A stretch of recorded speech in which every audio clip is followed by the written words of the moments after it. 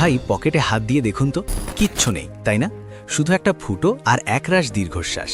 আর ওদিকে পাশের বাসার রাহাত কালকেই নতুন বাইক কিনে ধুলো উড়িয়ে চলে গেল। আপনার তখন মনে হয় না শালা পৃথিবীটা এত নিষ্ঠুর কেন? ছোটবেলা থেকে শুনে আসছেন কঠোর পরিশ্রম করো বড় হবে। আরে ভাই, গাধাও তো দিনরাত কঠোর পরিশ্রম করে, সে কি বনের রাজা হতে পেরেছে? রাজা তো সিংহ, যে দিনের 18 ঘন্টা ঘুমানোর পর শিকার ধরে মাত্র 10 মিনিটে। আজকের ভিডিওতে আমরা গাধার খাটনি নয়, বরং শিয়ালের মতো চালাকি করে কিভাবে কোটিপতি হওয়া যায় তার 5টি অত্যন্ত গোপন এবং কার্যকরী উপায় নিয়ে কথা বলবো। এই ভিডিওটি দেখার পর আপনার মস্তিষ্কের এমন কিছু তার নড়ে যাবে যা আপনাকে গরিব থাকার অভিশাপ থেকে মুক্তি দিতে পারে। তবে সাবধান, শেষের পয়েন্টে মিস করলে বাকি 4টি জেনেও কোনো লাভ হবে না, তাই চোখের পলক না ফেলে একদম শেষ পর্যন্ত দেখতে থাকুন। চলুন এবার গাধার খাটনি বাদ দিয়ে শিয়ালের মতো বুদ্ধি খাটানো শুরু করি। ছোটবেলায় আমাদের একটা ভুল মন্ত্র শেখানো হয়েছে, লেখাপড়া করে যেই গাড়ি ঘোড়ায় চড়ে সেই। কিন্তু বাস্তবতা কি বলে? বাস্তবতা বলে বুদ্ধি খাটায় যেই গাড়ি ঘোড়া তো দূরের কথা, পুরো আস্তাবল কেনে সেই। কোটিপতি হওয়াটা কোনো রকেট সায়েন্স না, আবার এটা লটারির টিকিটও না। এটা একটা সাইকোলজি, একটা লাইফস্টাইল। আমাদের সমাজে মানুষ দুই ধরনের হয়, একদল টাকা কামায় খরচ করার জন্য, আরেক দল টাকা কামায় আরও টাকা বানানোর জন্য। আপনি কোন দলে পড়বেন সেটা ঠিক করবে আপনার ভবিষ্যৎ। 1. শো অফ সিনড্রোম থেকে মুক্তি। প্রথমেই যে চালাকিটা শিখতে হবে সেটা হলো গরিবের মতো চিন্তা বাদ দেওয়া। আমাদের চারপাশে দেখবেন পিন্টু টাইপের কিছু লোক আছে। পিন্টু ভাইয়ের বেতন হয়তো 30,000 টাকা, কিন্তু বোনাস পেলেই তিনি দৌড় দেন অ্যাপেলের শোরুমে। লেটেস্ট আইফোনটা তার চাই, পকেটে টাকা না থাকলে ইএমআই করে হলেও চাই। কেন জানেন? কারণ বন্ধুদের সামনে ভাব নিতে হবে, ফেসবুকে একটা মিরর সেলফি দিতে হবে। পিন্টু ভাই যেটা কিনলেন সেটাকে বলে লায়াবিলিটি বা দায়। এটা তার পকেট থেকে প্রতি মাসে টাকা বের করে নেয়। ফোনটার দাম কমে, ইন্টারনেটের খরচ বাড়ে। কিন্তু চালাক মানুষরা, ধরুন আমাদের মন্টু মিয়া, সে করে উল্টোটা। মন্টু মিয়া বোনাসের টাকায় আইফোন না কিনে সেই টাকাতে দিয়ে হয়তো একটা সেকেন্ড হ্যান্ড ল্যাপটপ কিনে ফ্রিল্যান্সিং শুরু করে, অথবা ভালো কোনো শেয়ারে ইনভেস্ট করে। চালাকিটা হলো টাকা হাতে এলে সেটা দিয়ে এমন কিছু কিনুন যা আপনার পকেটে আরও টাকা ঢোকাবে, বের করবে না। ওয়ারেন বাফেট থেকে শুরু করে বিল গেটস, তাদের দেখবেন সাধারণ জামা কাপড় পরতে, কারণ তারা জানেন মানুষকে ইমপ্রেস করার জন্য টাকা খরচ করলে আপনি সারা জীবন ওই পিন্টু ভাইয়ের মতো ইএমআই টানতে টানতেই বুড়ো হয়ে যাবেন।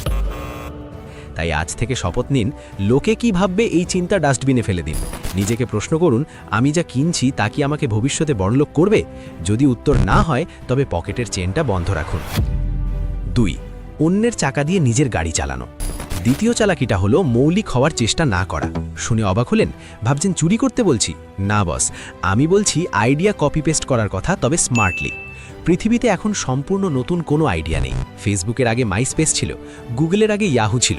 মার্ক জাকারবার্গ বা ল্যারি পেজ কিন্তু চাকা আবিষ্কার করেননি, তারা অন্যের আইডিয়াকে ঘষা মাজা করে আরও ভালো ভার্সন বের করেছেন। আমাদের দেশে পাঠাও বা ফুড পান্ডার দিকে তাকান, এগুলো কি তাদের নিজস্ব আবিষ্কার? একদম না। তারা বিদেশের উবার বা ডোর ড্যাশের কনসেপ্ট কপি করে আমাদের দেশের রাস্তার জ্যাম আর অলস ভোজন রসিকদের চাহিদার সাথে মিলিয়ে দিয়েছে। ব্যাস, 1000 কোটি টাকার ব্যবসা। আপনার কোটিপতি হওয়ার জন্য আইনস্টাইন হওয়ার দরকার নেই। আপনি শুধু চোখ কান খোলা রাখুন, দেখুন আপনার এলাকায় মানুষের কোন সমস্যাটা প্রকট। হয়তো আপনার এলাকায় ভালো লন্ড্রি নেই, অথবা ভালো মানের হোমমেড খাবারের অভাব। অন্য কেউ হয়তো এটা অন্য এলাকায় করছে। আপনি সেই আইডিয়াটা নিন, তার সাথে একটু দেশি ফ্লেভার বা বাড়তি কিছু সুবিধা যোগ করুন এবং শুরু করে দিন। চালাক মানুষরা শূন্য থেকে শুরু করে না, তারা অন্যের অভিজ্ঞতার ওপর দাঁড়িয়ে শুরু করে। তাই আজই ভাবুন কোন সফল আইডিয়াটা আপনি আপনার মতো করে মডিফাই করতে পারেন। 3. নেটওয়ার্কিং। মামা চাচা নয়, সম্পর্ক তৈরি করুন। আচ্ছা সত্যি করে বলুন তো, আপনার কি মনে হয় শুধুমাত্র ভালো রেজাল্ট থাকলেই জীবনে সফল হওয়া যায়, নাকি পরিচিতি বা লিঙ্ক লাগে? বাস্তবতা হলো your network is your net worth, অর্থাৎ আপনার পরিচিত মানুষগুলো যত দামি হবে আপনিও তত দামি হবেন। কিন্তু এখানে একটা ভুল ধারণা আছে, আমরা নেটওয়ার্কিং বলতে শুধু বুঝি বড় ভাইদের পেছনে তেলবাজি করা। এটা ভুল। তেলবাজি দিয়ে সাময়িক কাজ হয়, কিন্তু কেরিয়ার গড়া যায় না। চালাকিটা হলো মানুষের সাথে জেনুইন সম্পর্ক তৈরি করা। ধরুন আপনি গ্রাফিক্স ডিজাইন পারেন, আপনি যদি ঘরে বসে থাকেন কেউ আপনাকে কাজ দেবে না। কিন্তু আপনি যদি লিঙ্কডইন, ফেসবুক গ্রুপ বা বিভিন্ন সেমিনারে গিয়ে মানুষের সাথে মেশেন, তাদের সমস্যার সমাধান করে দেন, তবে তারাই আপনাকে কাজ দেবে। একটা উদাহরণ দিই, 2 বন্ধু সাজু আর রাজু। সাজু খুব ভালো কাজ জানে কিন্তু কারো সাথে মেশে না, আর রাজু কাজ মোটামুটি জানে কিন্তু সবার সাথে তার ভালো খাতির। দিন শেষে দেখবেন রাজু বড় বড় প্রজেক্ট বাগিয়ে নিচ্ছে, কারণ ক্লায়েন্টরা পরিচিত মুখ খোঁজে, বিশ্বস্ত লোক খোঁজে। তাই আজ থেকেই অন্তর্মুখী স্বভাব বা ইন্ট্রোভার্ট হবার অজুহাত বাদ দিন। মানুষের সাথে কথা বলুন, দরকার হলে প্রথমে কাউকে বিনামূল্যে সাহায্য করুন। মনে রাখবেন, একা একা কেউ কোটিপতি হতে পারে না, মানুষকে সিঁড়ি হিসেবে ব্যবহার করতে জানতে হয়, তবে ল্যাং মেরে নয়, হাত ধরে। 4. প্যাসিভ ইনকাম, ঘুমের মধ্যেও টাকা কামানো। এই পয়েন্টটা সবথেকে গুরুত্বপূর্ণ। গরিব মানুষ আর ধনী মানুষের মূল পার্থক্য এখানেই। গরিব মানুষ টাকার জন্য নিজের সময় বিক্রি করে, অর্থাৎ যতক্ষণ ডিউটি ততক্ষণ টাকা, চাকরি গেলে টাকা বন্ধ, অসুস্থ হলে টাকা বন্ধ। একে বলে অ্যাক্টিভ ইনকাম। এভাবে আপনি জীবনেও কোটিপতি হতে পারবেন না, বড়জোর খেয়ে পড়ে বাঁচতে পারবেন। চালাক মানুষরা এমন একটা সিস্টেম তৈরি করে যা তারা ঘুমিয়ে থাকলেও টাকা জেনারেট করে। একে বলে প্যাসিভ ইনকাম। যেমন ধরুন, আপনি অনেক কষ্ট করে একটা বই লিখলেন বা একটা অনলাইন কোর্স বানালেন। কষ্ট একবারই হলো, কিন্তু আগামী 5-10 বছর ধরে মানুষ সেটা কিনবে আর আপনার অ্যাকাউন্টে টাকা ঢুকতে থাকবে। আপনি তখন কক্সবাজারে বসে ডাব খান আর নাকে তেল দিয়ে ঘুমান, টাকা আসা বন্ধ হবে না। অথবা ধরুন ইউটিউব ভিডিও। আমি এই ভিডিওটা একবার বানিয়েছি, কিন্তু এটা থেকে ইনকাম বহুদিন ধরে আসবে। আপনি রিয়েল এস্টেট, ডিভিডেন্ড স্টক বা অ্যাফিলিয়েট মার্কেটিংয়ের মাধ্যমে প্যাসিভ ইনকাম জেনারেট করতে পারেন।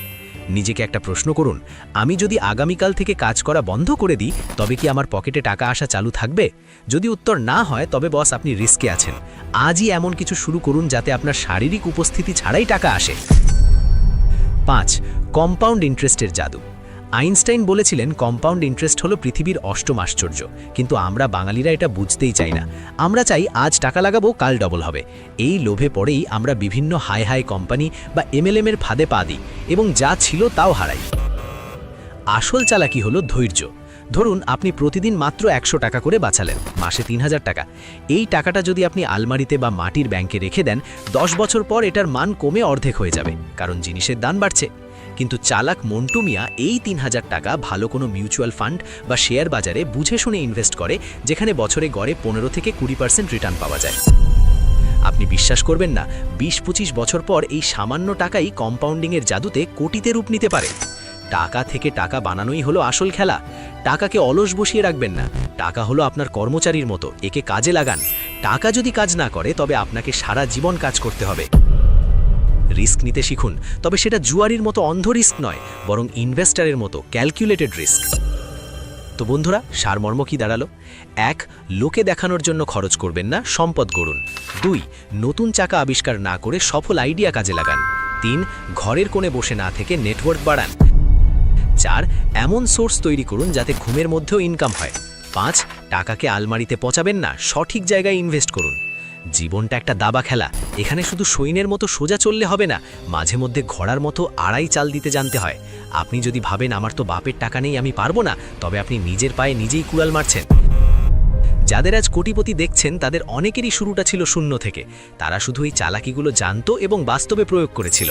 এখন সিদ্ধান্ত আপনার। আপনি কি সারা জীবন ওই রাহাতকে দেখে হিংসে করবেন, নাকি আজ থেকে নিজের গেম প্ল্যান চেঞ্জ করবেন? যাওয়ার আগে একটা গোপন কথা বলি, ধনীরা কিন্তু চায় না আপনি তাদের সব সিক্রেট জেনে যান। তাদের মনের ভেতর আসলে কি চলে, তারা কিভাবে সাধারণ মানুষকে ম্যানিপুলেট করে। এই বিষয়ে আমাদের একটা দুর্দান্ত ভিডিও আছে, ধনীদের ডার্ক সাইকোলজি। ওপরের আই বাটনে ভিডিওটা দেওয়া আছে। এই ভিডিওটা শেষ করেই ওটা দেখে আসুন, আপনার চোখ কপালে উঠে যাবে।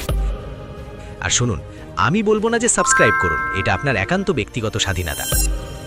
দেখা হচ্ছে পরের ভিডিওতে। ততক্ষণ পর্যন্ত পকেট ভারী হোক আর মাথা ঠান্ডা থাকুক। আল্লাহ হাফেজ।